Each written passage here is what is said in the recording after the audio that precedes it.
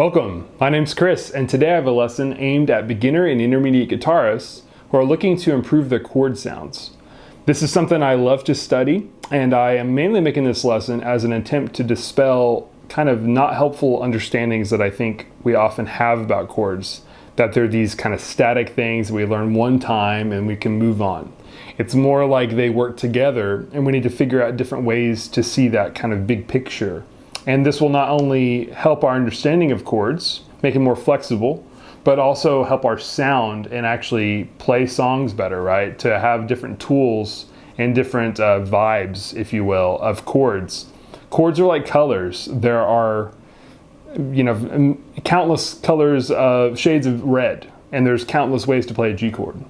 That's a really helpful way to think about it, yet we can all kind of talk about red, right? So it's not totally abstract. We can kind of still come back to some basics here. I'm going to be focusing today on G, C, and D only, and then the other chords that are not listed here, we'll talk about those in a further lesson. And also these colors, I'll be talking about why these are different colors and some of the intuition behind that. I'm going to be trying to build some video lessons all explaining this kind of integrated concept, right? So I've got 4 kinds of chords on every one of these, 4 kinds of voicings. I'm going to be going through one at a time, and you can follow along, and there's also a PDF in the description. You can actually see the chord diagrams. So let's look first at G. So this is maybe the most common chord on guitar, definitely a chord I teach a lot of beginners, and the typical way is this 3, 3rd fret, 2nd fret, 3rd fret, right? This is typically how people learn a G chord. And again, you can look at the diagram if you'd like to follow along, if you can't see. This is okay. My main beef with this chord is that there is a B 2 spots, and if we take out that B by muting that string, so I just get this muted A string, that's without the B in the bass, right? That's a B note. You don't have to know that, but so basically we can immediately up our chord game often by taking out a note, which is kind of counterintuitive, right? It's like, that note's there, why not play it? But this is kind of a subtle thing about voicing. This is just a little bit muddy, and you can play it if you like, right? But the whole point of this video is that there's not a right and wrong. It's more about there's an intuition here, and I'm kind of picking that intuition, or my intuition's picking the chord that I want to play, and that can be very helpful in learning songs or writing songs or just having fun with guitar. So this G chord with that note missing is the 2nd chord, this 2-finger G chord. So we have the typical, sounds fine. Hear that, right? And that 3rd is already there. So this, here's the first version, the typical, and the other one. Right, that's just like a little bit cleaner and a little bit more direct to me. Also, this 2-finger chord has the advantage of being easy to play. It's kind of funky that we have to mute. We call this an underfinger mute, and I use this a lot in a lot of chords. Really good skill to have. Play with your ring and pinky. I could add notes, I could play riffs in there. Right, you can do lots of stuff when there's only 2 fingers there. So the next one, oh, that's why I put a star there. This is my favorite. This is my typical favorite G chord. Again, I will play this one if I need to. If I want that in a song, if I want this one, I'll play it. If I want a bar chord version, I'll play it. There's a million ways to play this chord. But this one, I think, should be the kind of standard version in my mind. But, this is the one in the academy. So we usually learn this one first. So there's a 2-finger. Now the next one, this 3rd one here, the 4-finger. This is a very common G chord. You've probably seen this before, where we have 3, 2, the 2's back now, because the B string, which was our 3rd, is now the 5th on that, so that's a D. This is a great chord to play, and I often do teach this chord for people who want to play songs quickly, because this chord pivots beautifully to D, which we'll talk about. There's a common note in this chord, this 3rd fret. So this is a great chord, and it kind of gets rid of this problem that we had in the typical version, because we don't have the 3rds, there's not 2 of them. And I love the those two notes on top, they sound really good, right? This is a chord that's in so many songs, so many sounds. And many times people learn this as their first G chord. It's a 4-finger. And then finally, we have this 3-finger at the bottom. We call this G5, which we're taking out, kind of a combination, right? We're taking out it's like we're muting like this one, but we're also covering up the B string like this. So this doesn't have a third. So this could be G minor. So this could be like in, right, really direct sound. And there's actually only 2 notes in that chord, G and D. So I use this one a ton too. Used in bluegrass a lot, used in about any genre of music when you just need a really solid thumping G chord. And it's kind of holding its cards a little closer, right? There's not this happy, right, warm, beautiful. It's more like, it's also not minor, right? It's not that, which is like, has a clear vibe of melancholy. This is kind of just this really, just right to the point, right? So to review G real quick, we have our typical one that I usually don't recommend. It's okay, you can play it if you like. We have this one, which we mute the third, and I often play with these 2 fingers or these 2 fingers. For a G chord, that's a really nice sound to me. We can add notes, right? You can add a bunch of nice flair to that. And then we have this 4-finger, very common, right? Beautiful. And then finally, very straight ahead, direct G5 at the bottom. Let's move on to C. If you are brand new to music theory or thinking about playing in a key, G would be our 1 and C is our 4. And I'm gonna have to limit myself heavily here. I'll make another video about this. But when I hear music, along with many other musicians, we hear the numbers first and we feel the numbers first, and then we translate it to whatever key we're in. And I'm spending time on the key of G because it's so common, and because we can use a capo and play in other keys. And you're gonna hear, how many times have we heard this sound or that sound, like from a D chord or the C. These are extremely common guitar sounds. So really understanding the key of G sounds and then translating it to numbers, eventually you can go the other way. You'll hear the numbers and you can figure out what chords you wanna play and what key. So, okay, for C, this is our 4 chord. If G is our 1, we just use our alphabet, G, A, B, C. And again, I want to be covering the A and the B chords, which are both minor, in another lesson. Today, we're working with 1, 4, and 5, which are primary chords. Those are extremely common, right? So C, typical C chord, again, it's great. Nothing wrong with it. You'll notice that there's not a lot of, you have to move everything, so this is why these chords don't always serve us, right? We want to learn just different options so our subconscious can kind of have different paths through a song, right? And this might be fine if that's what you want. That's the typical. This one is a great intro C chord for many people, C major 7, where we basically take off this index. So we just have 3 and 2. When this 3-2 kind of thing is just from like the G, right? It's the same idea. We're just moving it down. We call this a major 3rd. But a major 7 chord's a really nice, soft, kind of like that soft glow, right? Very jazzy, very soft on the ears. So this is also a great chord for beginners because it's very easy to play. You could play a 2-finger G chord, 2-finger C chord. A little bit more smooth than, right? And a big point here is that we really want to promote resonance on guitar. This is something I am also passionate about. I don't think it's talked about enough. We really want to have warm resonant chords, especially if you play acoustic, especially if you play rhythm guitar. Now, there's a time and place for not that, for like lack of resonance, right? Where we want maybe like real dry. That's a certain sound, right? But typically we don't. We want the guitar to kind of be like a warm piano or something. That's a good way to think about chords, I think, at first, is to have this really nice ability to kind of have the sound continue. So when you're working on these, I would really try to hold the chord as long as you can and see if there's any common notes to the next chord you're going. In the case of G to C major 7, there's a few, right? There's The G and the B string are both open on both. So, okay, that's the C major 7, very easy to play. Then we have the C add 9. This is connected to this 4-finger G chord because many people learn this as a first C chord often. So we take the 4-finger G chord and we move the 3 and 2 down like we did a second ago. But now we have 3 and 3 on the thinnest, right?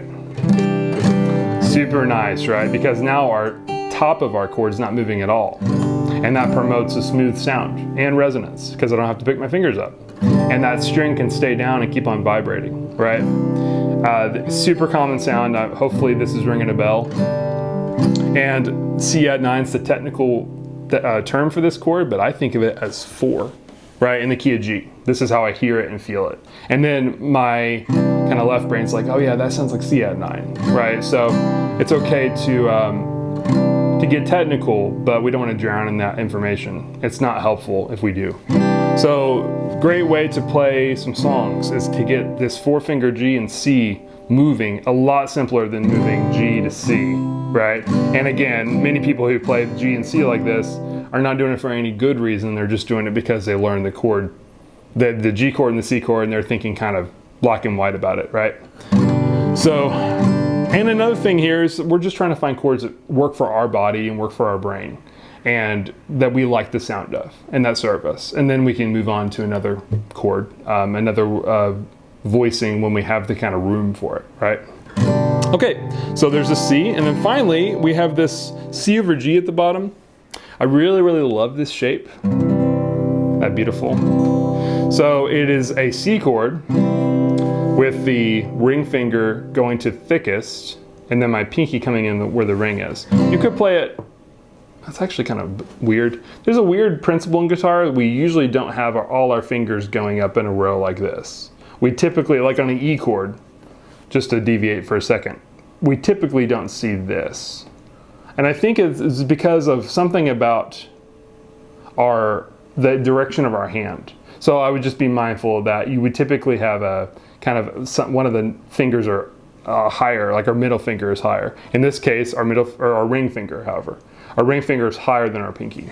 All right, and then in this case, our middle's higher than our ring. So, okay, but I love this C chord. Isn't that beautiful? Just like so woody and supported and beautiful. Like, something about it is great. This is probably my favorite C chord. I put a star by it. Because the C, just without the thickest, it's fine. But you almost don't even really hear the thickest. You just kind of feel it. It kind of just supports the chord. Okay? And I'll talk about this briefly now, but in other videos I'll cover the kind of contextuality here. So meaning that many times we borrow from the one chord, the G chord in this case, and we put notes from this chord in other chords. This is why that sounds so good, right? In fact, you could just take these top two, root and fifth of G, and I could harmonize those with bass. And I could play a whole song like this, right? This could be an intro to a song. Doesn't really matter the chord, these kind of go with everything. There's a kind of sameness to it, but we often want that. So, okay, I've covered, I think, all the C chords. Just to review, we have a normal C chord, beautiful. This one sounds good in other keys as well. This C major 7 also sounds really nice, and it sounds good in other keys as well. It's a very simple chord for beginners, very soft. It has some personality to it. The C add 9, you often hear it mainly in the key of G because of these top two notes. It'd be kind of weird to play a song where this is the main chord, right? If that makes sense, if this is the one, because these notes are being borrowed from our G. And then finally we have this beautiful, bassy, woody C over G technically, but I just think of it again as a 4 if we're in the key of G. Okay, finally we have our D chord, and D we have our typical shape. Of course, everyone learns this shape at some point, and this is a great sound. I really like this sound. The only kind of minor complaint I have about a normal D chord is that there's only 4 strings, right? So we'll look at that in other options. Then we have next option is a 2-finger we call this D5. It's the same idea here. We can take out the third, and in this case the third in the D chord is on thinnest. So we often play this as guitarists, right, where I might even play with the thinnest open. This is great too. Right, you can go between them. But this is a really nice sound, and if I'm playing a song like G, right, I might want to do that where I don't have this really bright, or maybe I want, right? And that's another thing to think about overall here, is that what does the top of the chord sound like? The melody, if you will, of the chord. Especially zooming out from one chord to another, thinking more about how they go together and how they feel and how they sound together, right? So if I want a song that maybe I want to go like that, right? Right, there's so many little paths here. Right? And we'll get to other D chords. So that's we have the typical D. We have a 2-finger. Or you can do open on thinnest, but I really like this sound. You can mute if this note is a target note. Right, I can just mute that thinnest, again, under finger mute, under my ring finger. Oops, sorry, hit the camera. Okay, finally our third D chord here. We have 2 more D shapes. Our third one is a kind of similar continuation of this 4-finger idea, and it's called D over F sharp.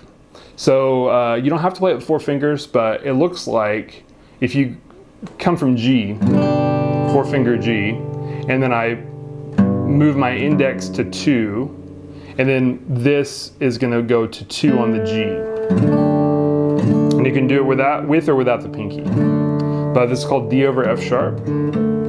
Very popular chord, and I love it's kind of low. It brings in the low again, right? The bass. And this is with the third and the bass instead of on thinnest.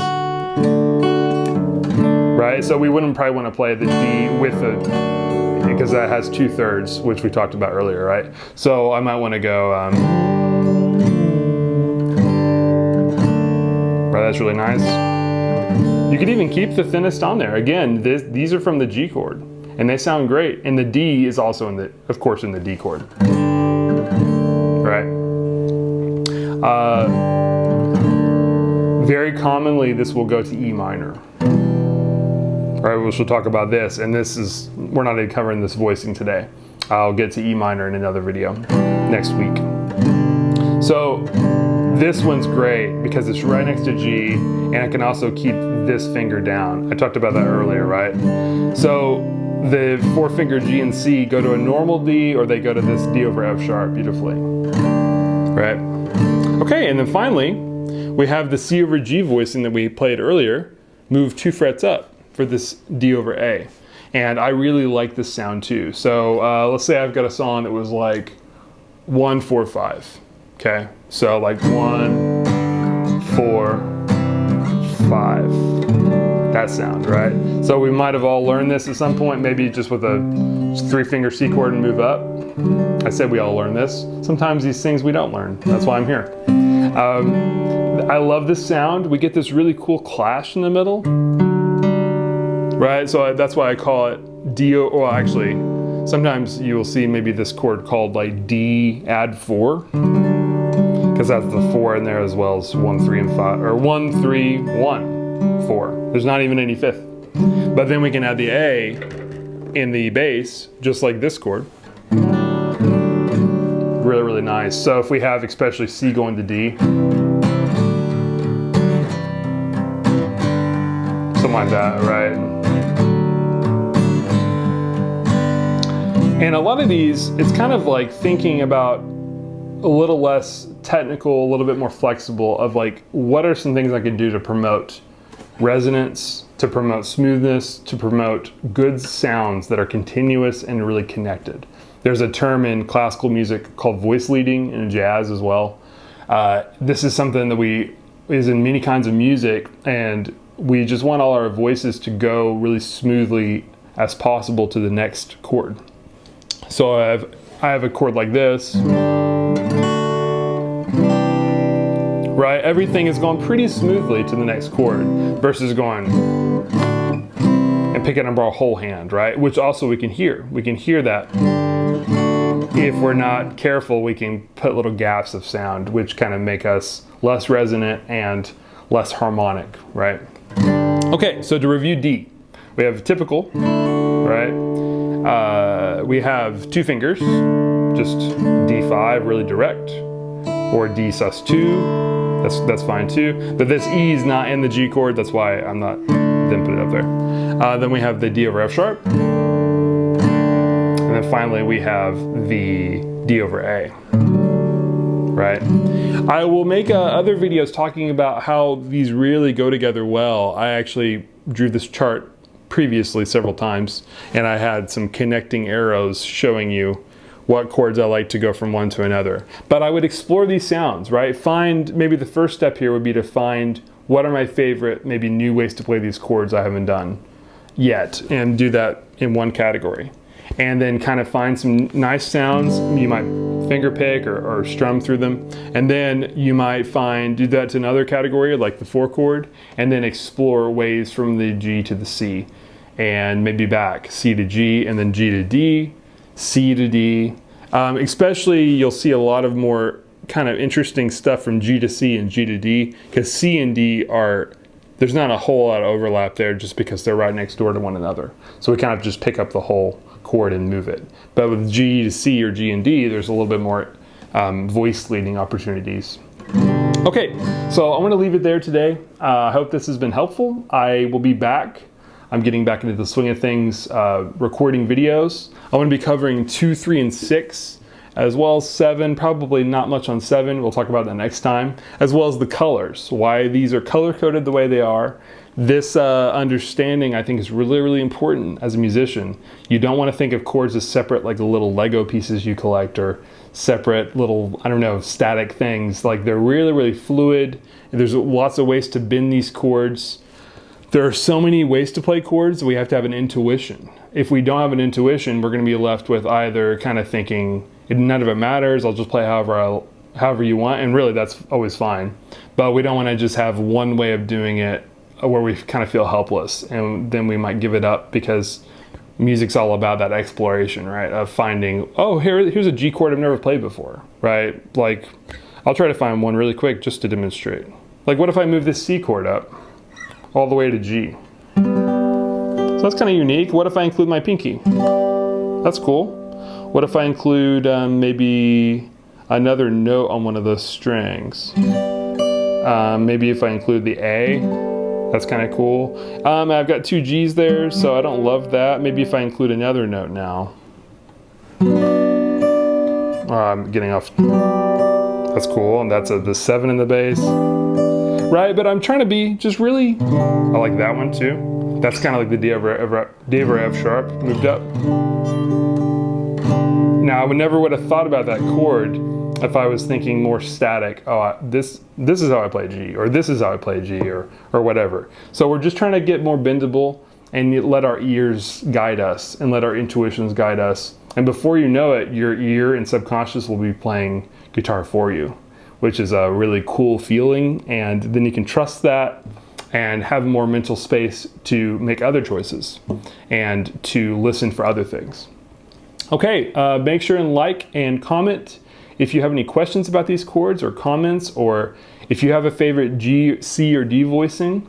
I would love to hear about them. You can write down the frets. You can tell me, I like to write down frets like thickest string to thinnest string. Just write down the number of the fret, put an X if it's muted. That's a great way to think about these chords. And check out the description for the PDF of all these voicings. I'll have all listed just like this, only with chord diagrams. Until next time, thanks.